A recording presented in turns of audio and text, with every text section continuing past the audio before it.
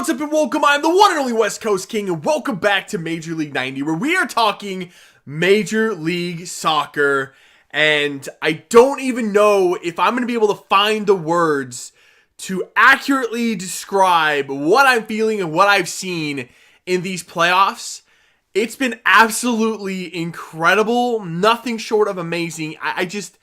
It's been absolutely fantastic to watch. I mean, if you're a fan of soccer, if you're a fan of the MLS, whatever team, if you're watching these playoffs, you have to be at least entertained. It's been some exciting stuff going on, and we are now set for the MLS Cup Final.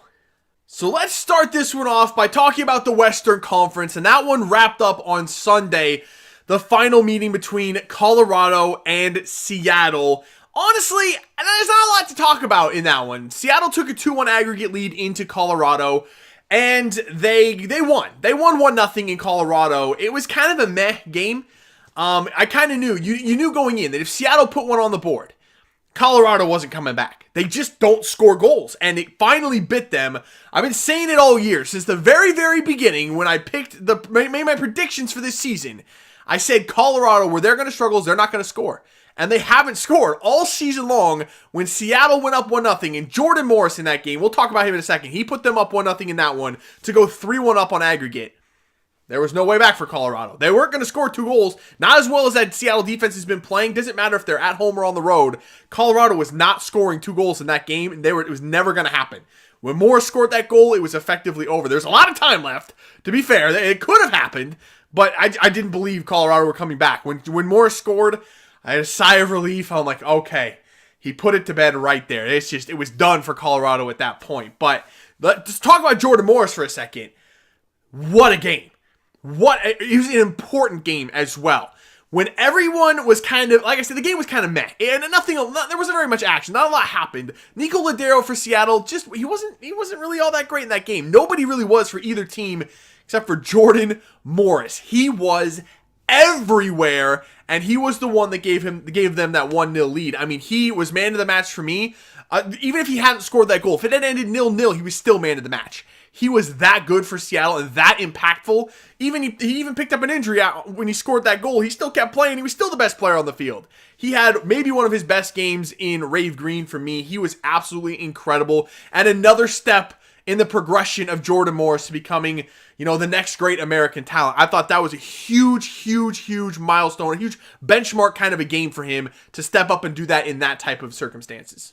And I know I've talked about the whole situation with Seattle before, but I'm just going to go over it one more time because I'm still stunned about what has taken place this season for the Sounders. Let's go back. I know I keep going back to July 24th, that game against Sporting Kansas City where it just seemed like all was lost. It really did seem like all was lost. But let's go back to July 27th. I put out an episode right here on this channel called Sounders Hit Rock Bottom. I wrote them off. I said their season was done. They had just fired Sigi Schmidt about 30 minutes before I started recording that episode. And it was 3 days following that Sporting Kansas City game where they just didn't fight. They looked like they had given up on the season. The players did. The coach was then fired, and there was just no way. There was no way. It shouldn't have been possible for them to do what they did. But Brian Schmetzer, I cannot give him enough credit for coming in as the interim coach. I mean, he'd been there for a long time, but he stepped in, took over the head coaching job on an interim basis. He is now the full-time. He's given the head coaching job now. He is the head coach of the Sounders. No more interim tag for him, and he absolutely deserves it. What he did with that team, following that loss to Sporting Kansas City, nothing short of incredible. For me, coach of the year. And he was only coach for half the season. He was that impressive in that role for them. He just had them believing in themselves. And it's just something they clearly did not have. They didn't believe they were going to win any game going at all that season up until Brian Schmetzer took over. And he gave them a belief that they were going to win. And they turned their season around. Following that loss at Sporting Kansas City, they fired a coach, promoted a coach, then gave the coach the head coaching job permanently, got a new player in Nico Lodeiro, lost their best player, Clint Dempsey, and now they're going to the MLS Cup Final. There's no more pages left in this book for this season for the Sounders. There's nowhere else left to write anything in. If they win the MLS Cup Final, I have no idea. It's going to be one of the most bonkers stories ever in the MLS. I mean, it's just absolutely ridiculous, and I'm still in disbelief that it's actually happening. And Seattle's opponent for this MLS Cup Final is going to be Toronto. I would have to say they're probably the favorites coming in. They are going to be playing at home in Toronto, and they look absolutely unstoppable right now. We're talking about a team that has scored 17 goals in 5 playoff games this season. And Jozy Altidore, maybe the hottest player in the United States for any team ever. He scored in every single playoff game so far for Toronto. He is absolutely the catalyst of that team. When they started falling behind against Montreal in this final leg, they were losing this game. And Jozy Altidore turned it on once again, just like he did in Montreal when they were losing 3-0. And he said, you know what? No, I will not allow this to happen. And he brought them back, grabbed them by the shirt collar, said, let's go. And he put them on his back, and he carried them into the MLS Cup Final. I don't know how to stop him at this point. He just looks like he's running on sheer will. And I don't know if a full defense, 4 men in the defense, could stop Jozy Altidore right now. He is so good. I've never seen him play like that before. And I've watched him for many, many years for the United States national team. He's on a different level right now. Giovinco was unimpressive, I would say, against Montreal and for both games. But Jozy Altidore has gotten them to this MLS Cup Final. I would say, again, but just by sheer will. He is absolutely incredible. So I'm guessing you're going to want a prediction here. Seattle, Toronto. Whew, man, it's the juggernaut that is Toronto right now against the Cinderella story of Seattle.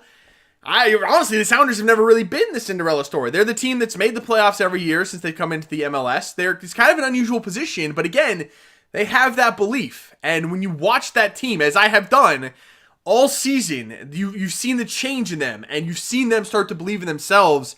It's hard to not believe in them as well. And I'm going to believe in them. I know. I'm sitting here in a Sounders shirt, and I'm going to say the Sounders are going to win. I just believe in them. I don't think it would have mattered if they were playing Montreal at CenturyLink Field or if they have to go to Toronto like they do have to do now for this MLS Cup Final. I'm picking Seattle. I just feel like there's some, fate, it's destiny or something with this team. And it may sound ridiculous or corny, but I'm picking Seattle. I just think that they can do this. Yes, I know Toronto scored 17 goals in 5 games in the playoffs. Seattle's only given up 3 goals.